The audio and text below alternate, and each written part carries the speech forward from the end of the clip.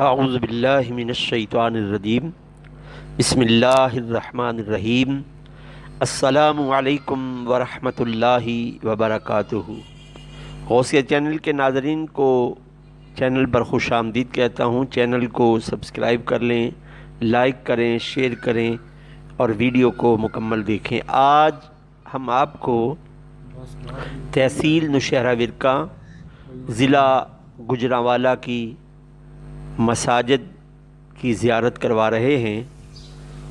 جب بھی کسی مسجد کی زیارت کریں، کسی مسجد کو دیکھیں تو حضور نبی کریم صلی اللہ علیہ وآلہ وسلم پر درود و سلام پڑھ لیا کریں۔ ہم نے اللہ والوں سے سنا ہے کہ جو مسجد کو دیکھ کر نبی کریم صلی اللہ علیہ وآلہ وسلم پر درود و سلام پڑھتا ہے، اللہ رب العزت جل وحدہ لا شریک اسے اتنا ثواب عطا فرماتا ہے کہ جتنا پوری دنیا میں مسلمانوں کی تعداد ہے۔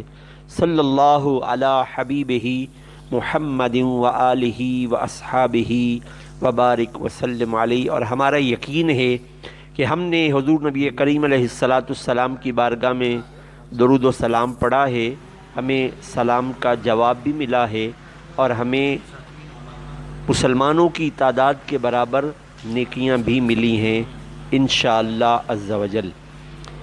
ناظرین محترم، دنیا میں سب سے بہترین جگہ اللہ عز و جل کا گھر ہے۔ اللہ عز و جل کے گھر میں بیٹھنے سے آپ کو ثواب ملے گا۔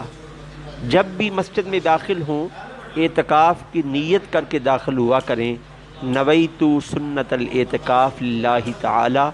تو آپ جتنی دیر مسجد میں بیٹھیں گے، کھائیں گے، پئیں گے، سوئیں گے، دینی گفتگو کریں گے، دینی گفتگو میں شامل ہوں گے تو آپ کے نامہ اعمال میں اعتکاف کا ثواب لکھ دیا جائے گا۔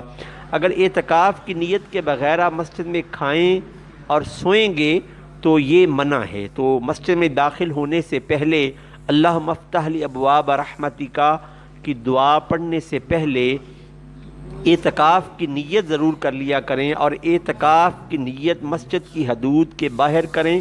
پھر مسجد کی داخل والی دعا اللہم افتح لی ابواب رحمتک پڑھیں تو آپ کے نامہ اعمال میں یقیناً اعتکاف کا ثواب لکھا جائے گا۔ اور جب مسجد سے باہر نکلیں تو اللہم انی اسألک من فضلک ورحمتک یہ پڑھ لیا کریں۔ تو جو اللہ کا گھر دنیا میں بناتا ہے، اللہ اس کا گھر